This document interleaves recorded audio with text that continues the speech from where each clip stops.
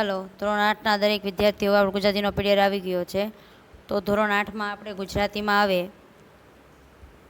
કાવ્ય નંબર 2 એક જ દે ચિનગારી ચાલુ કરવાનું છે. કાવ્ય નંબર 2. તો ચાલો દરેક વિદ્યાર્થીઓ સ્વાધ્યાય પોથી લઈને તૈયાર થઈ જાઓ.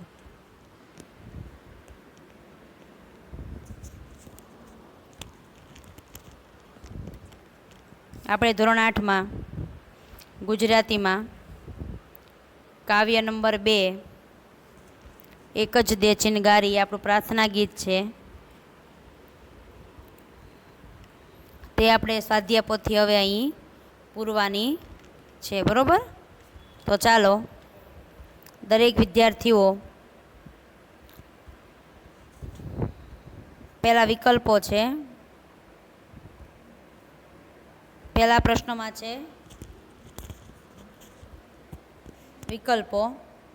પહેલો વિકલ્પ, કવિ ઈશ્વર પાસે શું માગે છે? કવિ ઈશ્વર પાસે શું માગે છે? તો કે ચિનગારી, બરોબર. કવિ ઈશ્વર પાસે શું માગે છે? ચિનગારી. ડી. ચકમક સાથે શું ઘસવાથી તણખો પડે? વિકલ્પ બીજો, ચકમક સાથે શું ઘસવાથી તણખો પડે?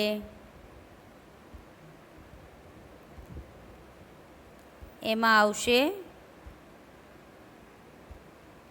લોખંડ, બરોબર. સી લોખંડ.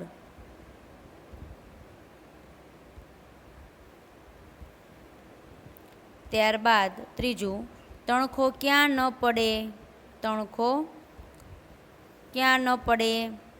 તેમાં આવશે ડી જામગરીમાં. તણખો ક્યાં ન પડે? જામગરીમાં.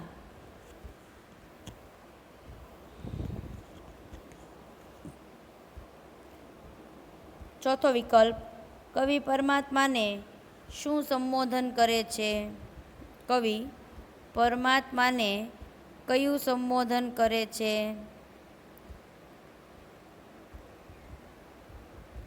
સી આવશે. તેમાં મહાનલ અને વિશ્વાનલ. ત્યારબાદ વિકલ્પ પાંચમો, એક જ દે ચિનગારી પ્રાર્થના કાવ્યના કવિનું નામ શું છે?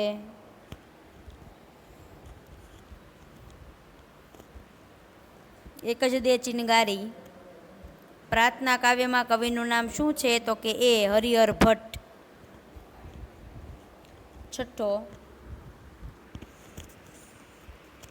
છઠ્ઠો પ્રશ્ન, એક જ ચિનગારી કાવ્યનું સ્વરૂપ જણાવો. સ્વરૂપ એટલે તેનું પ્રકાર કેવો છે? તો કે પ્રાર્થના ગીત છે ને. એક જ દે ચિનગારી શું છે? પ્રાર્થના ગીત. સી.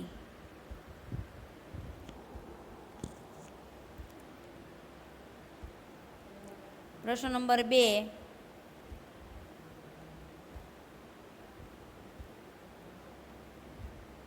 કૌંસમાં આપેલા શબ્દોમાંથી યોગ્ય શબ્દ પસંદ કરી ખાલી જગ્યા પૂરો.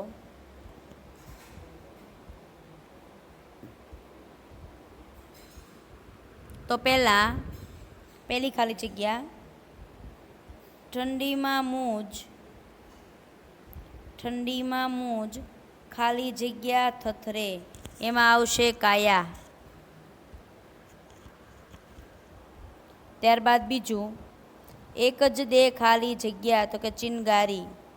એક જ દે ચિનગારી, તેમાં ચિનગારી આવશે. ત્રીજી ખાલી જગ્યામાં વાત ખાલી જગ્યાની ભારી. એમાં આવશે વિપત. શું આવશે? વિપત. વાત વિપતની ભારી. ચોથું, ખાલી જગ્યામાં તણખો ન પડ્યો તો કે જામગરી. શું આવશે? જામગરી. આપણે દરેક ખાલી જગ્યા ફરીવાર જોઈ લઈએ.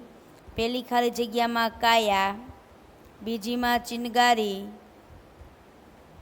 ત્રીજીમાં વિપત અને ચોથીમાં જામગરી. ત્યારબાદ પ્રશ્ન નંબર 3, નીચેના વિધાનો ખરા છે કે ખોટા તે જણાવો. નીચેના વિધાનો ખરા છે કે ખોટા તે જણાવો. એમાં પહેલું, દાવાનળ એક જ દે ચિનગારી. દાવાનળ એક જ દે ચિનગારી. ખોટું. ન ફળી મહેનત મારી. બીજું, ન ફળી મહેનત મારી. ન ફળી મહેનત મારી સાચું. વિશ્વાનલ મેં બહુ માગી લીધું. ત્રીજું ખોટું. ચોથું, ચાંદો ફફડ્યો સૂરજ ફફડ્યો. ચાંદો ફફડ્યો સૂરજ ફફડ્યો. ખોટું. ફરીવાર આપણે ખરા ખોટા જોઈ લઈએ. પહેલામાં ખોટું, બીજામાં સાચું, ત્રીજામાં ખોટું ને ચોથામાં પણ ખોટું. ત્યારબાદ પ્રશ્ન નંબર 4, નીચેના પ્રશ્નોના 1-2 વાક્યમાં ઉત્તર લખો. નીચેના પ્રશ્નોના 1-2 વાક્યમાં ઉત્તર લખો. એમાં પહેલું, કવિએ પોતાનું જીવન શું કરવા ખર્ચી નાખ્યું. કવિએ પોતાનું જીવન શું કરવા ખર્ચી નાખ્યું? તો કે ચાલો જવાબ લખો. કવિએ પોતાનું જીવન ચકમક સાથે લોઢું ઘસવામાં અર્થાત અનેક જાતના નિરર્થક કામોમાં કવિએ પોતાનું શરીર ખર્ચી નાખ્યું.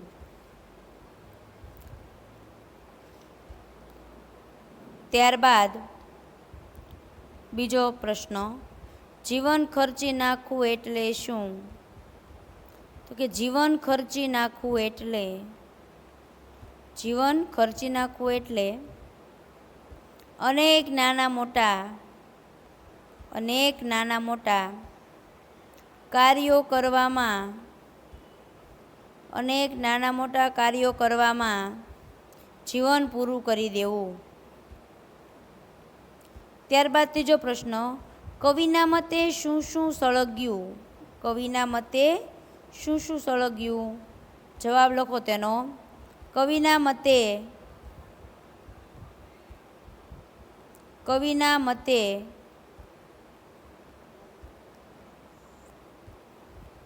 ચાંદો, સૂરજ અને આભની અટારીએ કવિના મતે ચાંદો, સૂરજ અને આભની અટારીએ તારા સળગ્યા અર્થાત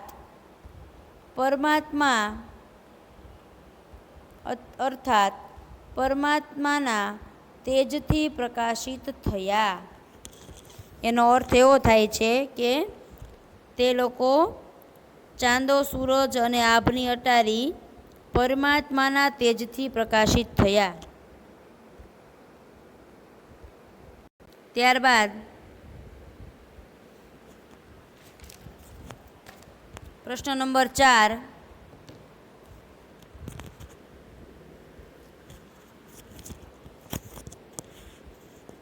જામગરી શબ્દ અહીં કયા અર્થમાં વાપર્યો છે? જામગરી શબ્દ અહીં કયા અર્થમાં વપરાયો છે? તો કે જામગરી શબ્દ અહીંયા જિંદગીના અર્થમાં વપરાયો છે. જામગરી શબ્દ અહીં જિંદગીના અર્થમાં વપરાયો છે. 5મું, મહેનત ફળવી એટલે શું? મહેનત ફળવી એટલે શું? મહેનત ફળવી એટલે જીવનમાં સાચા કાર્યો કરવા માટે જે કાંઈ મહેનત કરીએ એમાં સફળતા મળવી. મહેનત ફળવી એટલે જીવનમાં સાચા કાર્યો કરવા માટે જે કાંઈ પણ મહેનત કરીએ એમાં સફળતા મળવી. છઠ્ઠું, કવિ પોતાની મહેનત એળે ગઈ એમ શા માટે કહે છે? કવિ પોતાની મહેનત એળે ગઈ એમ શા માટે કહે છે? લખો જવાબ. કવિએ પોતાનું જીવન અનેક પ્રકારના નિરર્થક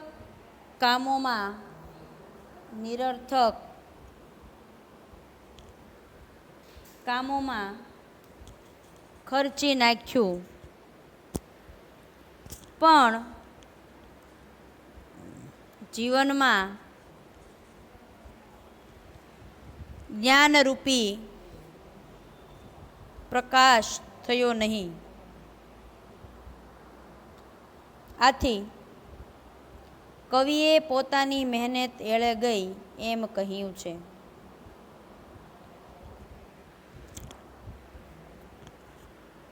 ત્યારબાદ 7મો પ્રશ્ન. કવિ કઈ વાતને ભારે વિપતની ગણે છે? તો કે પરમાત્માની એક જ ચિનગારીથી ચાંદો સૂરજ આભની અટારીએ તારા ઝળહળી ઉઠ્યા, પણ કવિની જીવનરૂપી સગવડ જ સળગી નહીં. તેથી કવિ વાતને ભારે વિપત ગણે છે. 8મો પ્રશ્ન. કવિ માત્ર એક જ ચિનગારી શા માટે માગે છે? કવિ માત્ર એક જ ચિનગારી શા માટે માગે છે? જવાબ લખો. કવિ માત્ર એક જ ચિનગારી માગે છે. કવિ માત્ર એક જ ચિનગારી માગે છે કારણ કે જ્ઞાનની એક જ ચિનગારીથી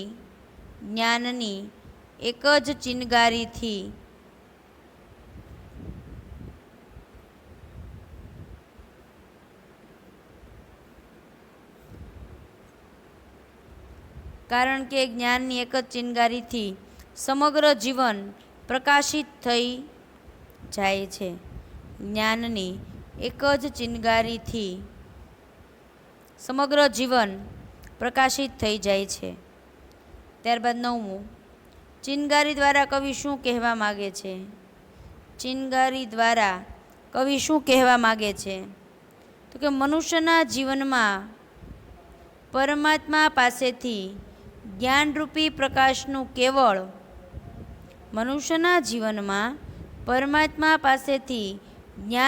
પ્રકાશનું કેવળ એક જ કિરણ મળી જાય તો જીવન ધન્ય બની જાય એમ કવિ કહેવા માગે છે. જ્ઞાનરૂપી પ્રકાશનું કેવળ એક જ કિરણ મળી જાય તો જીવન ધન્ય બની જાય તેમ કવિ કહેવા માગે છે. ત્યારબાદ પ્રશ્ન નંબર 5 જુઓ. 5માં 2 પ્રશ્નો આપેલા છે, તે 3-4 વાક્યોના છે. ના સળગી એક સગડી મારી કવિ શું કહેવા માગે છે? અને બીજો પ્રશ્ન છે, અંતે કવિની ધીરજ કેમ ખૂટી ગઈ?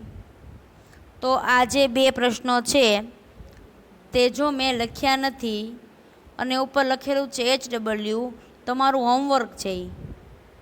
કારણ કે હું તમને આટલું બધું જ પૂરીને દઉં છું, બરાબર? તો તમારે માત્ર 2 પ્રશ્નો હોમવર્કમાં લખવા પડે ને. તો હું તમને આ જે 2 પ્રશ્નો છે પેજ નંબર 9 ઉપરના પ્રશ્ન નંબર 5ના 2 પ્રશ્નો છે. ના સળગી એક સગડી મારી દ્વારા કવિ શું કહેવા માગે છે તે પહેલો, અને અંતે કવિની ધીરજ કેમ ખૂટી ગઈ તે પ્રશ્ન નંબર 2 દરેક વિદ્યાર્થીઓએ આ તમારી સ્વાધ્યાયપોથીમાં ફોટો પાડીને તમને સ્કૂલમાંથી વોટ્સઅપ નંબર આપ્યો છે તેમાં લેશન મોકલી આપવાનો આવશે. 2 પ્રશ્નો છે, બરાબર. ત્યારબાદ નીચે જુઓ, પ્રશ્ન નંબર 6, નીચેના શબ્દો વચ્ચેનો સંબંધ સમજાવો. એમાં પહેલું છે સગડી, જીવનનું પ્રતીક છે. આભ અટારી, તારાનું પ્રતિબિંબ છે. સગડી અને આભ અટારી. આકાશના તારાને પણ પ્રકાશ મળ્યો છે, પણ મારા જીવનમાં હજી અંધકાર જ વ્યાપેલો છે. આ સંબંધ સમજાવીને નીચે વાક્ય પણ લખવાનું છે. તમને એ ન આવડે એટલા માટે મેં લખીને પણ તમને વાક્ય પણ બનાવી દીધું છે. ઉત્તરમાં જુઓ તમે.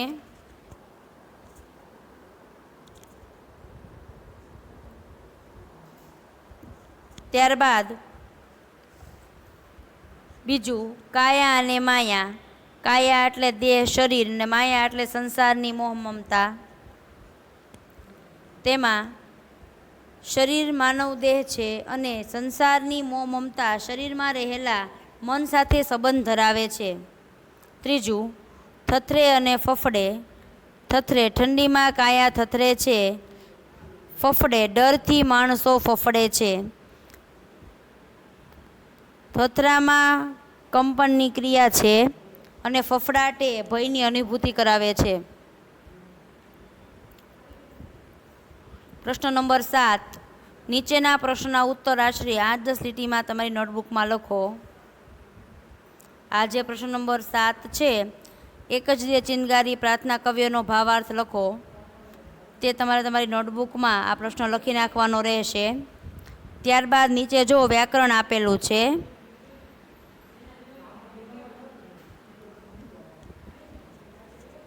અહીં વ્યાકરણ છે, એ પણ તમને એમાં પહેલો પ્રશ્ન છે, નીચેના શબ્દોના સમાનાર્થી શબ્દો લખો. એ પણ તમને પૂરીને જ આપ્યું છે દરેક વ્યાકરણ. જો દરેક વિદ્યાર્થીઓ, તમારે તમારી સ્વાધ્યાય પોથીમાં આ જે વ્યાકરણ છે તે તમારે પૂરી નાખવાનું રહેશે. પ્રશ્ન નંબર 2, નીચે આપેલા શબ્દોના વિરુદ્ધાર્થી શબ્દ લખો. નીચેના શબ્દોમાંથી ધ્વનિઓ છૂટા પાડીને લખો.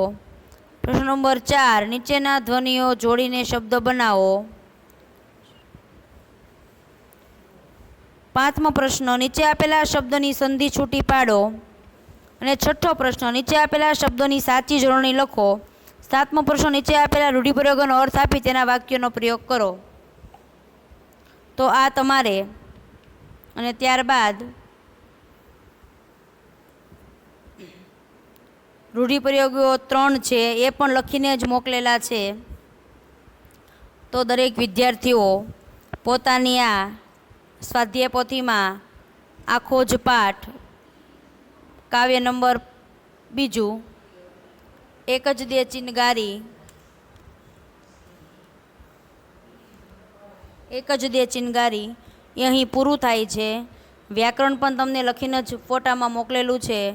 તો વિડીયો ઊભો રાખીને ઝૂમ કરીને દરેક વિદ્યાર્થીઓ આ સ્વાધ્યાય પોથીમાં પૂરી નાખજો.